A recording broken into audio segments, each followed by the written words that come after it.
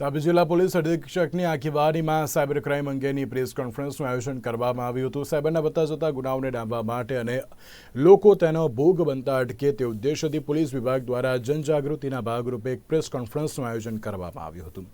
Cyber ક્રાઇમના વધતા જતા વ્યાપને અટકાવવા માટે લોકો ખોટી રીતે તેનો ભોગ ન બને, જો ભોગ બને તો સાયબર ક્રાઇમ વિભાગ દ્વારા ટોલ ફ્રી નંબર 1930 પર પોતાની અરજી આપી શકે અને નજીકના પોલીસ વિભાગને જાણ કરી શકે તેવી પણ વ્યવસ્થા અત્યારના સમયમાં ગોઠવવામાં આવી છે।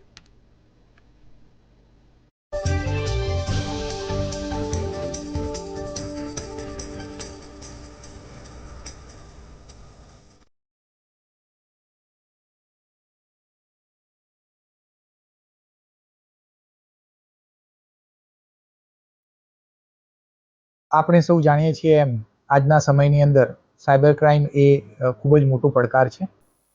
આ સાયબર ક્રાઇમને નાથવા માટે ગુજરાત સરકાર તરફથી ગુજરાત રાજ્યના તમામ જિલ્લાઓની અંદર સાયબર ક્રાઇમ પોલીસ સ્ટેશનની સ્થાપના પણ કરવામાં આવી છે, જેની અંદર પીઆઈ કક્ષાના, પીએસઆઈ કક્ષાના અને સાયબર ક્રાઇમ વિશે જાણકાર એવા પોલીસ માણસોની નિમણૂક પણ કરવામાં આવી છે। સાયબર ક્રાઇમમાં મોટાભાગે કોઈ પણ કોલ અથવા ઓટીપી વગેરે આવવાથી તેમના બેંક એકાઉન્ટમાંથી, ભોગ બનનારના બેંક એકાઉન્ટમાંથી પૈસા ઉપડી જવાના બનાવો ખૂબ ધ્યાને આવતા હોય છે। આ જ બનાવોમાં વિક્ટીમના પૈસા ફ્રીઝ કરાવવા અને એને પૈસા પાછા અપાવવા માટે રાજ્ય સ્તરે અને જિલ્લા સ્તરે પોલીસ એજન્સીઓ દ્વારા કામગીરી કરવામાં આવે છે। આ કામગીરીના ભાગરૂપે વર્ષ 2024ની અંદર કુલ જેટલી રકમો ગુજરાત રાજ્યની અંદર કુલ જેટલા રકમનો ફ્રોડ થયેલો હતો અને લોકો ભોગ બનેલા હતા તેમાંથી લગભગ 46.42% જેટલી રકમો ફ્રીઝ કરાવવામાં સાયબર ક્રાઇમ પોલીસ સ્ટેશનની એજન્સીઓને સફળતા મળેલી છે।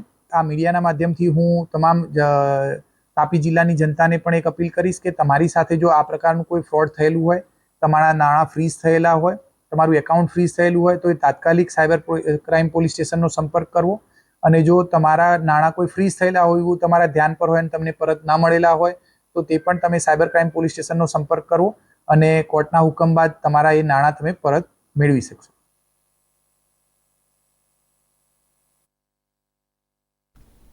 પ્રધાનમંત્રી જન આરોગ્ય યોજના જરૂરિયાતમંદો માટે આશીર્વાદરૂપ બની રહી છે। કઈ રીતે જોઈએ આદિવાસી ક્ષેત્રના લાભ